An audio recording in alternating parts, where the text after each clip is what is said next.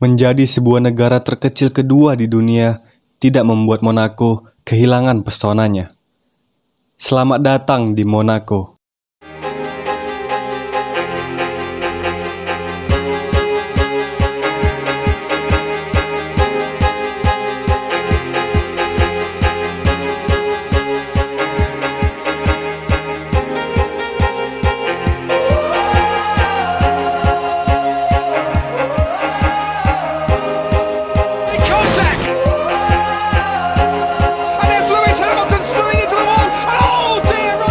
Monaco.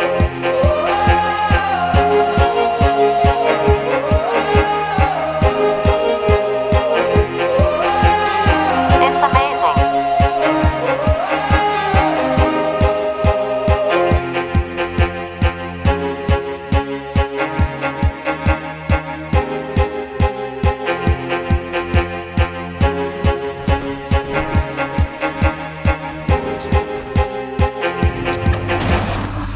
Monaco adalah sebuah negara dengan sistem pemerintahan monarki semi-konstitusional, yang artinya Perdana Menteri adalah pemegang kekuasaan eksekutif pada pemerintahan. Namun, Raja masih memiliki kekuatan politik yang cukup besar untuk melaksanakan kebijakannya sendiri. Saat ini, Monaco dipimpin oleh Albert Alexander Louis Pierre Grimaldi, atau kerap disapa Pangeran Albert II dari House of Grimaldi, dan Serge Tellet sebagai Perdana Menterinya. Secara geografis, Monaco berbatasan langsung dengan negara Prancis di ketiga sisinya, sedangkan satu sisinya lagi adalah Laut Mediterania.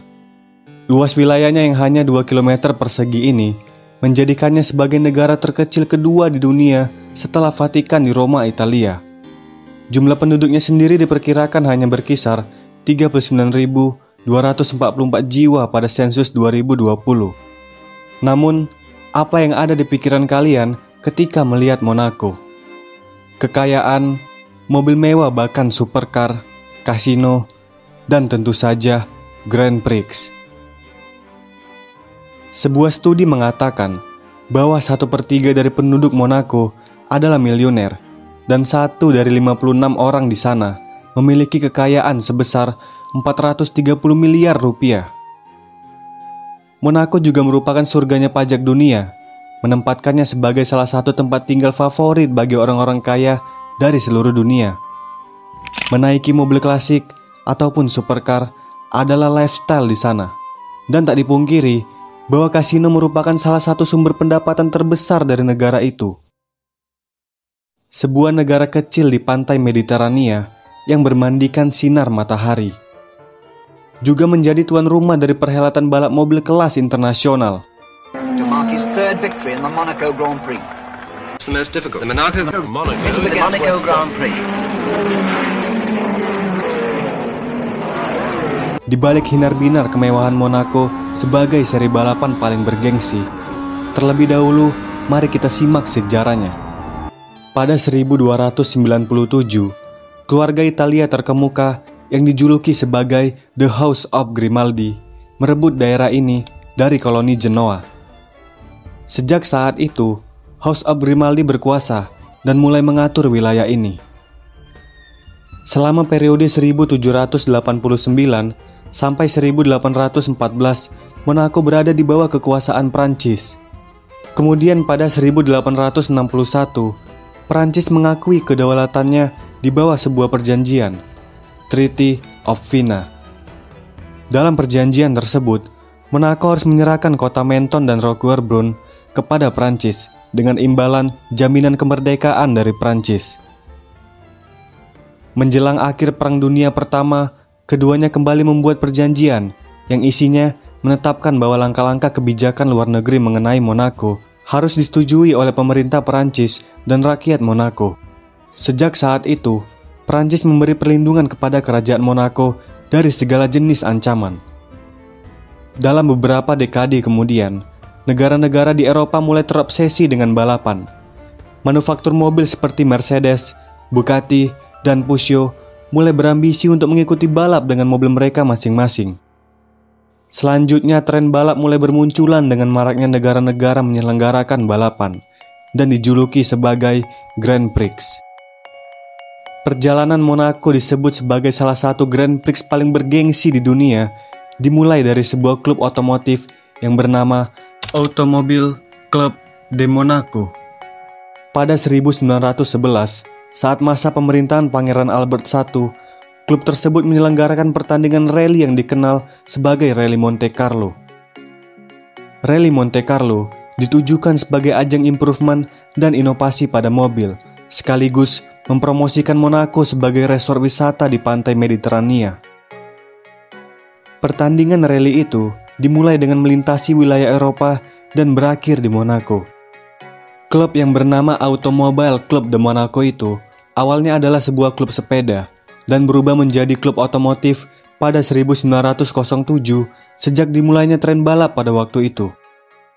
ACM berstatus sebagai klub regional dan Alexander Nogues yang merupakan presiden klub berusaha untuk meningkatkan status klubnya menjadi nasional dengan mendaftar kepada Association International des Automobiles Club Reconnus atau AIACR yang saat ini kita kenal sebagai FIA. Namun pengajuan tersebut ditolak oleh AIACR dikarenakan klub tersebut dianggap tidak pernah benar-benar menyelenggarakan acara motorsport di daerahnya. Lalu bagaimana dengan Rally Monte Carlo? AIACR tidak menganggap Rally Monte Carlo sebagai acara penuh yang diselenggarakan di Monaco, dikarenakan pada saat itu kejuaraan rally tersebut hanya menempatkan Monaco sebagai ujung dari balapan dan hanya mengitari area di sekitar Monaco saja. Kemudian untuk menyiasati peraturan tersebut, seseorang yang bernama Anthony Nogues yang merupakan anak dari presiden klub Alexander Nogues berinisiasi untuk menyelenggarakan balapan di wilayah Monaco yang kecil itu. Dengan memanfaatkan wilayah ibu kotanya, Monte Carlo dan La Condamine, dan melintasi pelabuhannya yang terdapat banyak yacht mewah, Anthony menyelenggarakan Grand Prix pertama Monaco bersama klubnya ACM. 1929, 14 April, pukul 13.30. Gentlemen, start your engine. Monaco secara resmi menyelenggarakan Grand Prix pertamanya dengan mengubah jalanan kota menjadi sirkuit dan juga mendapat dukungan langsung dari Prince of Monaco yang pada saat itu adalah Pangeran Louis II. Louis Siren yang merupakan pembalap Grand Prix dari Monaco juga mendukung ide tersebut. Siren mengatakan bahwa topografi Monaco sangat cocok untuk mendirikan trek balap. Keberhasilan Anthony tersebut membuatnya dijuluki sebagai the founder dari Monaco Grand Prix dan Monte Carlo Rally. Lalu, siapa sebenarnya Anthony Nogues? Sosok pionir yang membawa Monaco sebagai salah satu Grand Prix paling bergengsi di dunia. Anthony Nogues lahir pada 13 September 1890 di Monaco. Dirinya merupakan seorang pegawai negeri yang bertanggung jawab atas distribusi tembakau di kerajaan Monaco. Seorang pria terhormat di Monaco dan di komunitas balap internasional. Dia adalah orang yang bijaksana dengan pikiran praktis, hangat, dan murah hati. Begitulah anaknya yang bernama Giles yang juga merupakan Dewan Perwakilan PBB untuk Monaco mengingat Anthony. Pada tahun 1940, Anthony menggantikan ayahnya Alexander Nogues sebagai presiden klub ACM dan menjabat sampai 1952. Pada 1960, dia memainkan peran penting dalam politik Monaco dan menjadi anggota Dewan Nasional. Anthony juga dikatakan sebagai salah satu orang yang menyarankan penggunaan bendera checker flag pada saat finish untuk balapan internasional. 1929 menjadi saksi awal perjalanan dari salah satu sirkuit paling bersejarah di dunia. Balapan tersebut berlangsung dengan beberapa pembalap yang diundang khusus, namun tidak semua pembalap yang diundang memutuskan untuk hadir. Pembalap terkemuka Maserati dan Alfa Romeo memutuskan untuk tidak ikut bersaing. Bugatti yang pada waktu itu diwakili oleh William Grover Williams atau dikenal W. Williams berhasil menjadi pemenang pada laga tersebut dan menjadikannya sebagai pembalap pertama yang memenangkan Monaco Grand Prix dengan mobilnya Bugatti tipe 35B. Mercedes yang saat itu mengirim pembalap andalannya Rudolf Caracciola sempat memimpin jalannya pertandingan dengan menggunakan Mercedes SSK yang dirancang oleh Ferdinand Porsche, namun gagal merebut pole position dan finish di posisi kedua. Ada juga pembalap lain yang ikut berkompetisi, seperti Baron Philip de Rothschild atau dikenal sebagai George Philip, yang merupakan salah seorang keluarga dari dinasti Rothschild. Sementara Siren yang merupakan pembalap asal Monaco gagal bersaing di kandangnya. Dalam dunia motorsport, ada satu julukan tidak resmi yang diberikan kepada seorang pembalap yang berhasil menjuarai 3 gelaran balap internasional, The Triple Crown of Motorsport. Seorang pembalap berkebangsaan Inggris, Graham Hill, berhasil mencetakkan namanya sebagai orang pertama dan satu-satunya pembalap yang mendapat julukan sebagai The Triple Crown. Predikat tersebut didapatkannya setelah menjuarai Indianapolis 500 pada 1966. 1972, dia menjuarai Le Mans di Perancis dan memenangkan Monaco Grand Prix pada 1963. Tidak berhenti di situ, Hill juga mendapat julukan sebagai The King of Monaco atau Mr. Monaco setelah 5 kali memenangkan kejuaraan di sana. Hal tersebut menjadikan Monaco sebagai salah satu tempat paling bersejarah di dunia motorsport. Dan sampai saat ini, Hill masih satu-satunya pembalap yang pernah memenangkan The Triple Crown of Motorsport. Monaco termasuk salah satu Grand Prix yang paling dinanti-nanti oleh kalangan pecinta motorsport di dunia. Lantas, apa yang membuat Monaco menjadi sangat spesial? Dari segi lintasan, Monaco memang berbeda dengan Grand Prix lain di seluruh dunia. Mempunyai wilayah yang kecil dan tentunya sirkuit yang sempit. Berbeda dengan tempat yang secara permanen dibangun sebagai sirkuit, seperti sirkuit Monza, Italia.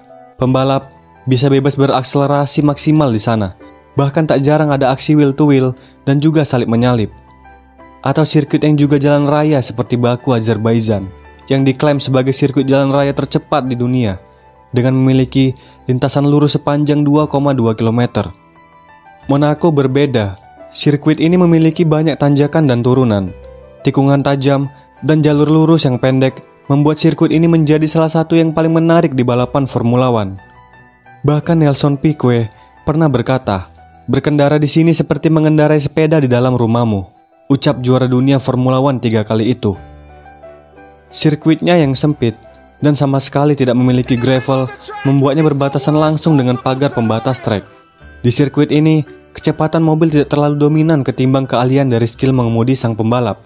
Kombinasi antara presisi dan kecepatan juga pengereman sangat diperlukan di sirkuit jalanan raya Monaco ini. Banyak yang mengatakan bahwa sirkuit ini cenderung membosankan.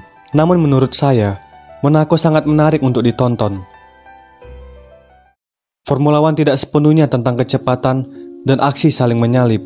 Di sirkuit ini kita akan disuguhkan aksi yang berbeda dari para driver Formula One.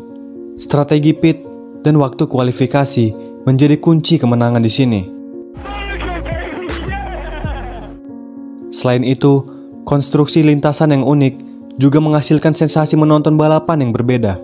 Sirkuit ini memiliki tikungan indoor berkat adanya terowongan yang dijuluki The Tunnel pada tikungan ke-9. Posisi terowongannya tepat di bawah Fairmont Hotel. Terowongan ini berhasil memberi kesulitan tersendiri bagi para driver, dikarenakan adanya peralihan cepat dari terang ke gelap, kemudian kembali terang lagi setelah keluar dari terowongan. The Tunnel juga menjadi bagian tercepat dari sirkuit. Mobil Formula One yang melintasi area tersebut bisa berakselerasi hingga 294 km per jam, sebelum akhirnya harus mengurangi kecepatan pada tikungan ke-10 dan 11 yang bernama Novel Chicane. Tikungan yang berbentuk zigzag ini juga menjadi saksi bisu dari kecelakaan besar yang menimpa Jenson Button pada 2003 dan Sergio Perez pada 2011, membuktikan bahwa Monaco merupakan sirkuit yang berbahaya dan sangat memacu adrenalin. Salah satunya yang terkenal adalah kecelakaan yang menimpa pembalap Italia, Alberto Ascari. Saat itu, Ascari yang sedang memimpin pertandingan terlibat kecelakaan dan membuatnya terlempar keluar bersama mobilnya hingga masuk ke laut. Tapi untungnya dia selamat dan berhasil berenang ke tepi pelabuhan. Selanjutnya setelah melintasi Novel Chicane, pembalap bisa kembali berakselerasi sebelum akhirnya mengurangi kecepatan pada tikungan yang bernama Tabak. Tabak merupakan salah satu bagian dari lintasan sirkuit Monaco yang masih orisinil dan belum pernah diubah sama sekali. Tikungan berkecepatan tinggi ini diberi nama Tabak dikarenakan dulu tepat di samping tikungan terdapat toko tembakau kecil yang bernama Tabak. Meski kini toko tembakau itu sudah tidak ada, namun nama Tabak masih tetap digunakan karena banyak orang yang mengisap cerutu di atas yacht yang terparkir di sekitar area tikungan. Di sini juga pernah terjadi kecelakaan yang mengakibatkan mobil Martin Brundle terbalik. Saat itu pada tahun 1984, Martin yang berada dalam posisi terbalik hanya mengalami gegar otak ringan. Dirinya bahkan sempat kembali ke pit lane dan ingin kembali mengikuti balap dengan mobil cadangan. Namun aksinya dilarang setelah mengakui bahwa dia tidak bisa mengingat bagaimana ia bisa kembali ke pit. The next thing I was in the pits. I must have run back to the pits. I don't know how or where or how I got into the pits. Dan apesnya itu setelah 2 tahun aksi akrobatnya.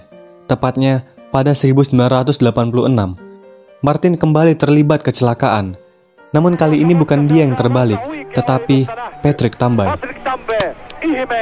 Saat itu Tambay ingin menyalip Martin dari dalam pada tikungan Mirabeau, yang merupakan salah satu ikonik dari lintasan Monaco. Namun jaraknya sangat dekat dengan Martin, sehingga Tambay terjepit di dinding dan kemudian terbang terbalik, menghantam pagar pembatas. Insiden ini menjadi salah satu kecelakaan paling spektakuler di Grand Prix Monaco. Namun, yang paling dikenang adalah kecelakaan yang menimpa Lorenzo Bandini, pembalap legendaris Formula One. Bandini mengalami kecelakaan parah saat berlaga di GP Monaco pada 7 Mei 1967.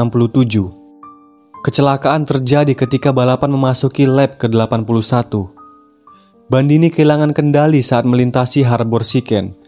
Roda belakang kiri Ferrari-nya menabrak pagar pengaman dan membuatnya tergelincir dan kemudian terbalik. Tangki bahan bakarnya kemudian hancur dan menghasilkan percikan api, sementara Bandini masih terperangkap di bawah mobilnya.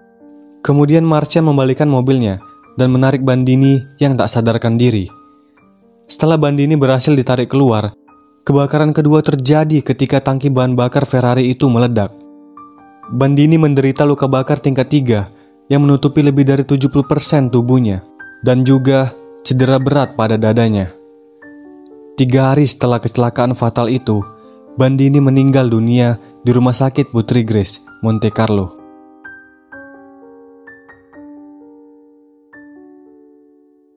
Namun Bandini bukan satu-satunya pembalap yang meregang nyawa di Monaco. Pembalap asal Italia, Luigi Fagioli, yang dijuluki sebagai The Abruzzi Robber. Luigi yang saat itu sedang menjalankan sesi latihan di Grand Prix Monaco sempat mengalami kecelakaan kecil yang mengakibatkan dirinya mengalami luka dalam. Luigi sempat dirawat di rumah sakit selama 3 minggu. Namun, akhirnya dia meninggal dunia pada 20 Juni 1952. Luigi merupakan salah satu pembalap terhebat dari Italia. Persentase finishnya sangat tinggi, di angka 85,71%. Menempatkannya tertinggi kedua setelah one-time wonder Dorino Serafini. Semua tragedi itu adalah bagian dari catatan kelam Grand Prix Monaco. Tak bisa dipungkiri bahwa motorsport tetaplah olahraga yang berbahaya, meskipun dilakukan oleh pembalap yang hebat sekalipun.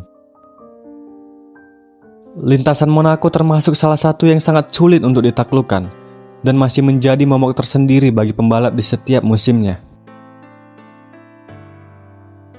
Namun ternyata ada satu pembalap yang jatuh cinta dengan sirkuit ini. Dia dijuluki sebagai The King of Monaco setelah mengalahkan rekor kemenangan Graham Hill.